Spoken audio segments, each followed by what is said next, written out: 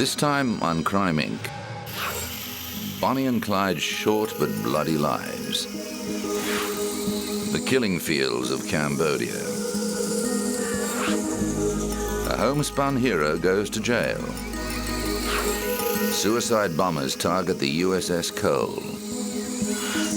And the case of the squabbling cat burglars. But first, Reagan under fire. On the 30th of March 1981, just before 2:30 p.m., shots rang out as American President Ronald Reagan was leaving the Hilton Hotel in Washington, D.C. Two staffers and a police officer went down in the hail of bullets. The shots also hit the presidential limousine, which was quickly driven away. At first, no one realized the president himself had been hit, as the bullet had entered under his armpit. Reagan himself thought his pain was due to a fractured rib. But when his security men checked him for injuries, he coughed up blood, indicating a punctured lung. The car was swiftly diverted to George Washington University Hospital, and the president insisted on walking unaided to the emergency room, where he collapsed and was whisked into surgery. Fortunately, Reagan recovered well and was soon out of hospital. He returned to the Oval Office less than a month after the shooting, to the applause of his staffers. As the shots rang out at the Washington Hilton, it didn't take authorities long to identify the culprit. He was John Hinckley Jr., the son of a wealthy, well-connected Texan oil family.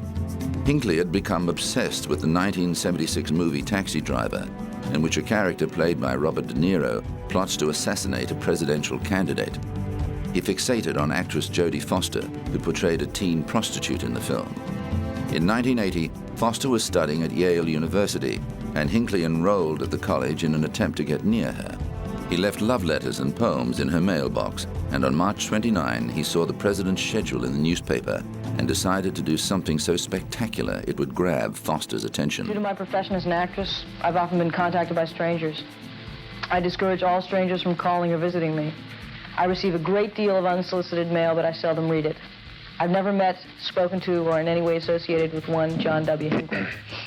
Last fall, I received several pieces of unsolicited correspondence signed John W. Hinckley or JWH, and I threw them all away. This is not uncommon, as I receive a great deal of similar unsolicited correspondence. At the beginning of March, I received three or four or more notes similarly signed, and on March 6, 1981, I gave them to my college dean, who in turn gave them to the Yale police. These are now in the custody of the FBI. In none of these letters and notes I received was any mention, reference, or implication ever made as to violent acts against anyone, nor was the president ever mentioned. I've cooperated fully with the FBI, the Secret Service, and the U.S. Attorney's Office, and I will continue to do so. The aftermath of the shooting saw Hinckley in jail and Foster under siege from the press. For years afterwards, any mention of the shooting would be enough to have the actress immediately leave the interview. She confined her comments to the press conference held soon after the assassination attempt, an article entitled "Why Me?" written for Esquire magazine in 1982, and a 60 Minutes interview in 1999. Foster was also compelled to testify that she had no relationship with Hinckley at his 1982 trial. Hinckley's family hired the best defense money could buy, high-powered lawyer Vincent J. Fuller, who successfully argued that Hinckley should be found not guilty on the grounds of insanity. Instead of a life in jail, Hinckley was admitted to a psychiatric hospital for an indefinite period. There he remains, although he's since been allowed out to spend time with his family. Reagan served out his term as president and won the next election by a landslide, despite being well into his 70s. His vice president, George Bush, succeeded him. Jodie Foster went on to have an Oscar-studded career, specializing in playing victimized women who fight back against their attackers.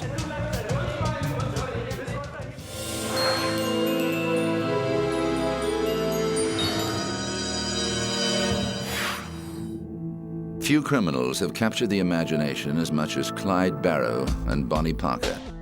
The couple attracted national headlines during their crime spree throughout Depression-era Midwest America.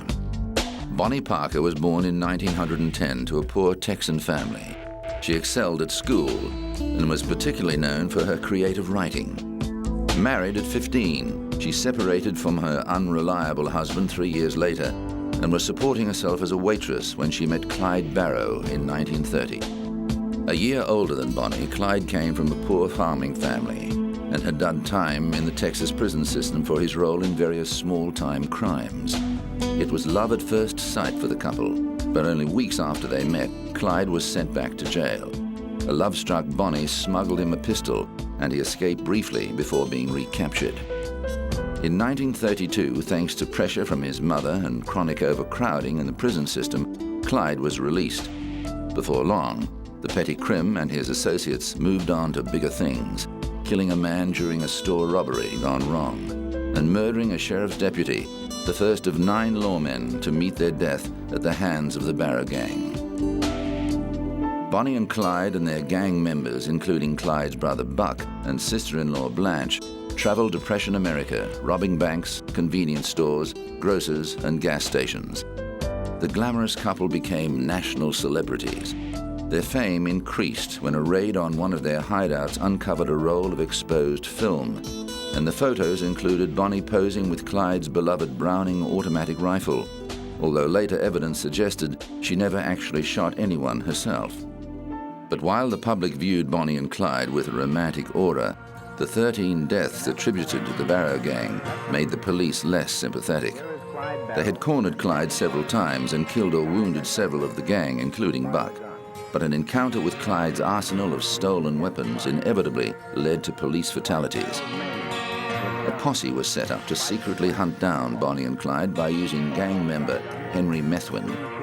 In return for a pardon, Methuen deliberately lost the gang, knowing that Bonnie and Clyde would go on to the rendezvous point at his parents' house in Gibbsland, Louisiana. At 9:15 a.m. on May the 23rd, 1934, when Bonnie and Clyde sped in their stolen Ford V8 along a laneway near the Methuen farm, shots rang out as the party of 6 lawmen emptied first their automatic weapons, then their shotguns, and then their pistols into the car, an estimated 50 rounds of ammunition. The couple didn't have a chance. A crowd quickly gathered, and locks of Bonnie's hair, snippets of her clothing, and fragments from the car were taken as grisly souvenirs before an angry coroner arrived at the scene and ordered it to be secured. During their escapades, Bonnie had put her writing talent to good use, penning the Ballad of Bonnie and Clyde to give her side of their story. It became apparent that the couple expected that their crime spree would end in a hail of bullets. Although Bonnie's ballad predicted that the two of them would be buried side by side after they died together, her family insisted on separate cemeteries. But thanks to several movies, books, and plays, the couple remained together forever in the public mind.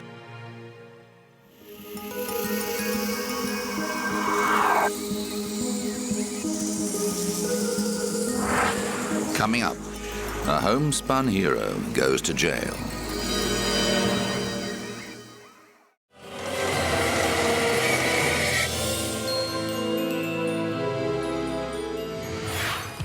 In 2005, America's favorite homemaker, Martha Stewart, launched a new daily show. The glitzy opening title showed the former model hamming it up as she recreated fashion photos taken in the 1960s. And in a cheeky nod to the court case that made Stewart notorious, there's a shot of her flanked by police officers. For while Stewart had made her name as the Queen of Chintz, thanks to her wildly popular housekeeping and designing tips, an unfortunate connection with a stockbroker resulted in her becoming a convicted felon. In 2001, Stewart was on top of the world, named the 3rd most powerful woman in America by the Ladies' Home Journal. But that same year, her world came crashing down when an investigation was launched into why she had sold $230,000 worth of stock in biopharmaceutical company Imclone, a day before it was publicly revealed that the company had failed to get regulatory approval for the drug Erbitux. Imclone executive officer Samuel Waxel and Stewart stockbroker Peter Bakanovic were also charged and later convicted. Stewart denied any wrongdoing, and her case dragged on for 2.5 years, going to trial in early 2004. She was charged with securities fraud, obstructing justice, conspiracy, and making false statements during the insider trading investigation. The judge threw out the securities fraud charge, but the jury of 8 men and 4 women found Stewart guilty of the other charges, and there was great speculation as to the sentence she'd receive. And so far as the sentencing for Martha Stewart, she's going to get jail. There's no doubt about that. The only question is, how long? Why? The federal sentencing guidelines demand that she gets jail. The likely range is between 15 to 21 months, given the fact that she was convicted of obstruction and lying to the authorities. Stewart was ultimately sentenced to 5 months jail, with a further 5 months to be served in home detention as part of a 2-year period of supervised release, the minimum term available, and fined $30,000. A related civil case was settled in 2005, with Stewart agreeing to a 5-year ban preventing her from serving as a director or CEO of any public company. Bukanovic received the same sentence as Stewart, while Waxel was sent to jail for more than 7 years. The case deeply divided Americans, with many of Stewart's fans remaining staunchly loyal and accusing prosecutors of engaging in a witch hunt against a high-profile, powerful woman. Every court appearance saw her surrounded by vocal fans protesting her treatment. However, prosecutors saw the publicity surrounding the trial as sending the message that no one was so rich or important that they were above the law. Stewart maintained her innocence throughout the trial and said she was deeply humiliated by the verdict. Today is a shameful day. It's shameful for me and for my family and for my beloved company and for all of its employees and partners. What was a small personal matter became over the last 2 years an almost fatal circus event of unprecedented proportions. But despite being forced to step down from the helm of her company, Stewart was determined not to let a criminal conviction hinder her career. And I'll be back. I will be back. Whatever I have to do in the next few months, I hope the months go by quickly. I'm used to all kinds of hard work, as you know, and I'm not afraid. I'm not afraid whatsoever. Sure enough, before long, Stewart was back in the public eye, candid and good-natured about the 5 months she'd spent in federal prison. On television in 2005, she cheerfully hiked up the hem of her trousers to show off the electronic monitoring bracelet she wore as part of the home confinement sentence. In the years since her incarceration, the public and the entertainment industry have proved to be forgiving, and she returned to daytime television with The Martha Stewart Show in 2005, which has been nominated for a number of Emmy Awards. Writing a book called The Martha Rules, and it's a business book. My baking book, my first book in 6 years, cookbook, comes out in November, and I'm real excited about that, and many, many, many, many more things. How humane are fur farms? And the multi-talented media performer has also lent her name to an anti-fur campaign after being approached by people for the ethical treatment of animals while she was in jail. Had an untreated eye infection. It appears the rehabilitation of her public image is complete.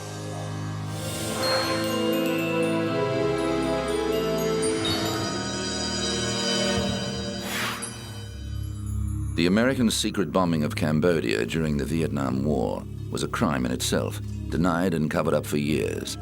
But the destruction inadvertently triggered an even greater crime: the attempted genocide of a gentle, peace-loving people who were slaughtered in their thousands.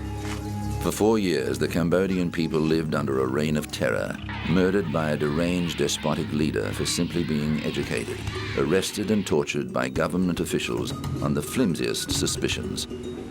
Today, the bones from the country's infamous killing fields are on display at the National Museum, a reminder of Cambodia's chilling past and a warning to the future of mankind's capacity for evil. The Khmer Rouge, a group of communist extremists, seized power in 1975 after American bombings reduced the country to chaos. Leader Pol Pot renamed Cambodia Democratic Kampuchea and set about reshaping it into an agrarian utopia along the lines of Mao's China. Educated people were regarded with suspicion, and lawyers, doctors, engineers, and scientists and their families were among those massacred. It was possible to be arrested and executed simply for wearing glasses, laughing, or crying. When the regime was deposed 4 years later, 1.7 million of its citizens were dead. Bu Meng was one of 10,499 who entered the barbed wire gates of Phnom Penh's S-21 prison camp during the regime's brutal rule. He is one of only 7 who lived to tell the tale. The others were executed, often clubbed to death in the killing fields on the outskirts of the capital after months of torture to extract political confessions.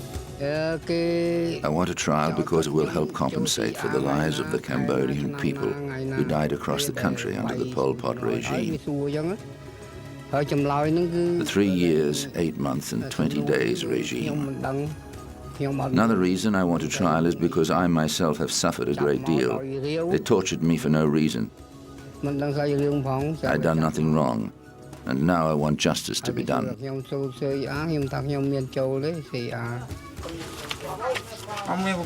I didn't know what they were accusing me of. They just came and arrested me and took me to S-21. When I got there, I found out they were accusing me of being a CIA spy. They kept on asking me questions about this while they were torturing me. I replied, I just don't know. I'm not working for the CIA. Justice has been slow for people like Bu Meng, and it's taken more than 20 years for a criminal tribunal to be set up. Meanwhile, the Cambodian people continue to rebuild their lives and work at healing the wounds left by 3 decades of conflict.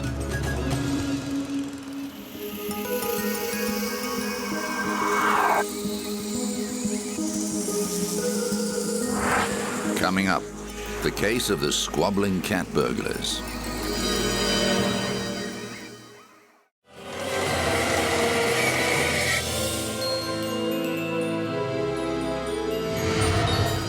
A year before, September 11 had focused the world's attention on Al-Qaeda.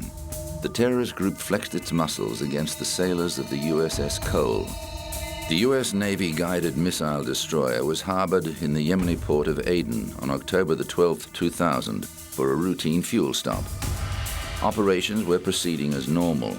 Fueling began at 10:30 a.m., an hour after the boat docked.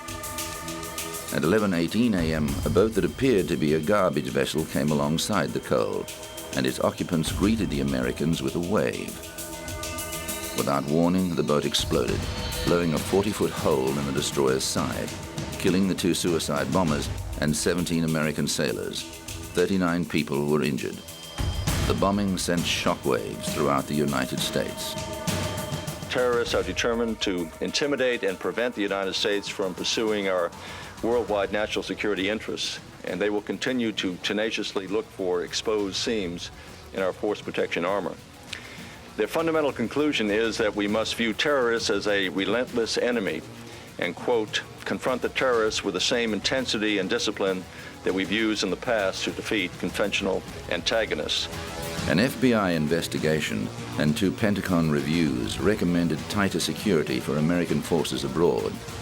Investigations pointed the finger squarely at the Al-Qaeda organization, a terrorist group founded by wealthy Saudi dissident Osama bin Laden that was also implicated in the 1998 U.S. embassy bombings in Tanzania and Kenya. The suicide bombers were identified as Ibrahim al-Thwa and Abdullah al-Misawa, both of Yemeni nationality. They used several hundred pounds of military-grade explosives to carry out their mission. Several other Yemenis, including Jamal al-Badawi, were later charged with 50 counts of terrorism offenses, including murder of U.S. nationals and murder of U.S. military personnel. 2 of the men had been captured shortly after the attacks and held on suspicion of involvement, but escaped in 2003. They were recaptured in 2004, but al-Badawi escaped again 2 years later. The attacks led to much soul-searching within the American intelligence community. It's clear that there was a seam in our force protection armor, as I've phrased it, that there are institutional changes which have to be made and improvements which have to be made to try and prevent this from taking place in the future, once again with a caveat that as good as we get or will get in the future, that terrorists are bound to examine other ways of finding vulnerabilities. While changes were made to the U.S.'s intelligence operations, unfortunately evidence that Al-Qaeda was intensifying its campaign against the United States was not pieced together in time to prevent the September 11 attack. that saw terrorists hijack airliners and crash them into New York's World Trade Center and the Pentagon. The USS Cole itself was saved from sinking by the dedication of its crew, who worked around the clock to keep it afloat in the aftermath of the attack. The Blue Marlin, a transport ship more used to carrying oil rigs than a destroyer, brought the 8,300-ton vessel home.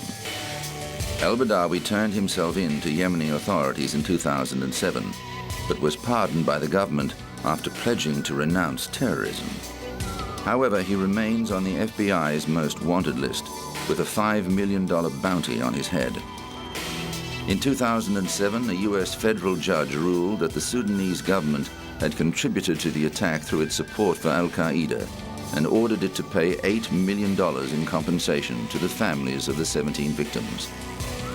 As a result of the bombing, the U.S. Navy stepped up its random anti-terrorism measures and opened a special warfare center to develop tactics, equipment, and training to combat terrorists. After 14 months of repair, the USS Cole went back into service. It is currently stationed off the coast of Lebanon. A memorial at Aden Harbor provides a constant reminder of the high price paid by 17 men and women of the USS Cole on that fateful day in the year 2000.